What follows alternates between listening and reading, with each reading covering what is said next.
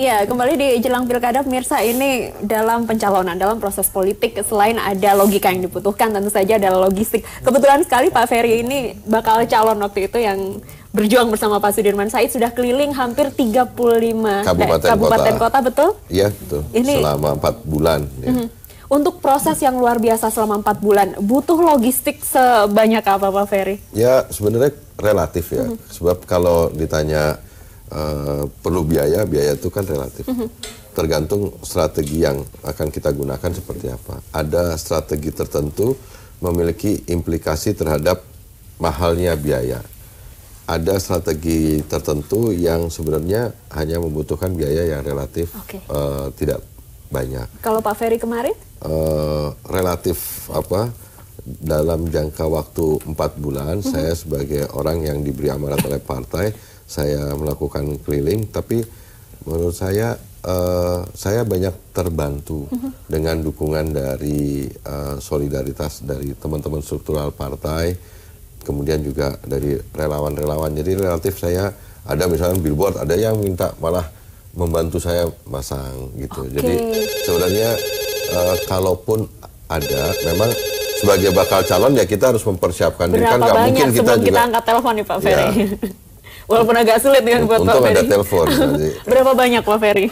Ya ini kan transportasinya, kemudian menyelenggarakannya. Konsumsi, menyelenggarakan acara. Itu bisa, karena kebetulan pertemuannya misalkan di struktur partai gitu, itu kan pasti bisa patungan. Relatif sebenarnya inilah tidak terlalu memberatkan. Baik, relatif. Tapi sebagai bakal calon memang harus dari sejak awal mempersiapkan diri, sebab kalau tidak kan itu juga akan kemudian memberatkan yang kita datengin. Kemudian memang harus dipersiapkan sejak awal, karena itu berkaitan dengan promosi. Itu kita menggunakan banyak sekali media-media yang akan membantu kita untuk pengenalan kita kepada masyarakat. Itu rasanya sih oke. Nah, yang terpenting adalah sebenarnya tadi soal logika dan logistik tadi yang disampaikan Mas Nasih, itu adalah bahwa sebenarnya yang diperlukan kan kita sudah tahu, mulai dari penyiapan saksi, kampanye maupun biaya-biaya yang lainnya. Digunakan untuk itu. Totalnya berapa? Kemudian sumber-sumbernya dari mana? Itu sebagai seorang kandidat atau bakal calon atau calon, itu dia harus ngerti tentang itu. Bisa nanti uangnya atau sumbernya dari awal, bisa sumbernya dari tengah, atau sumbernya dapat pas mepet-mepet pas hari pencoblosan juga mungkin. Itu relatif sih sebenarnya. Semua bisa dibicarakan. Baik, kita angkat telepon dulu. Halo, selamat malam.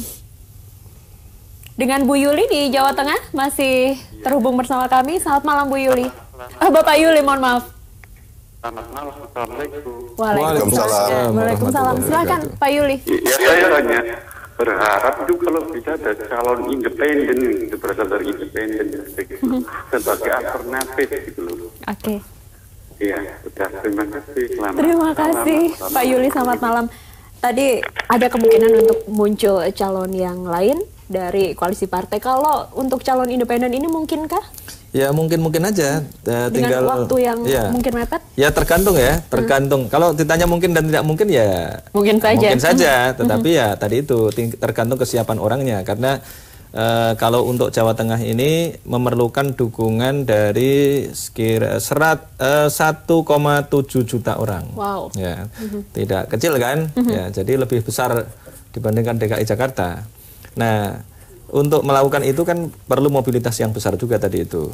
Nah, tetapi masyarakat ini juga tidak perlulah terlalu tidak perlu terlalu antipati ya, tidak perlu terlalu antipati kepada calon-calon dari partai politik misalnya. Nah, calon-calon dari partai politik ini kan juga merupakan hasil dari proses politik ya. Masyarakat boleh memilih partai politik.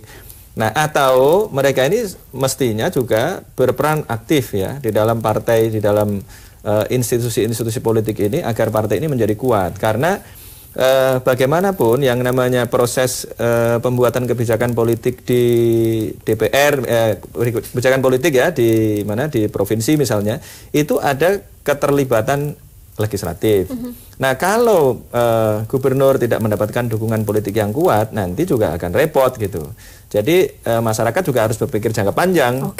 Boleh-boleh saja dia masyarakat punya keinginan untuk mendapatkan gubernur independen, tidak didukung oleh partai politik dengan harapan tadi itu ya, bisa lebih memperhatikan masyarakat. Nyatanya juga belum tentu juga, sama aja ya. Yang sudah ada sekarang ini, tetapi justru tadi itu akan mengalami kesulitan-kesulitan ketika menyusun kebijakan-kebijakan politik. Gitu. Baik, kita kembali mengangkat telepon. Selamat malam dengan Pak Hasan di Samarinda. Ya, Pak Hasan dari Kalimantan Timur. Selamat malam. Selamat malam. Silakan Pak Hasan. Nah, ini sebenarnya selamat malam. Ini Pak, ini hanya sekedar nimbrung aja ya. Silakan. Memberikan kontribusi untuk pilpres. Ini pilpres loh. Sulitnya rekomendasi pilpres untuk memberikan kontribusi aja untuk parpol, untuk Gerindra ya. Baik. Ya. Ada lagi? Ini perang strategi Pak. Pengalaman kita dari Presiden Jokowi dan ini itu ada pengalaman ini Pak. Nah, kita tahu waktu Orde Baru dulu yang diperebutkan dua kelompok, dua suara, kelompok Ahlussunnah wal Jamaah, kelompok Muhammadiyah. Nah, itu pertama. Tapi sekarang bukan itu lagi. Bahkan itu dipecahkan.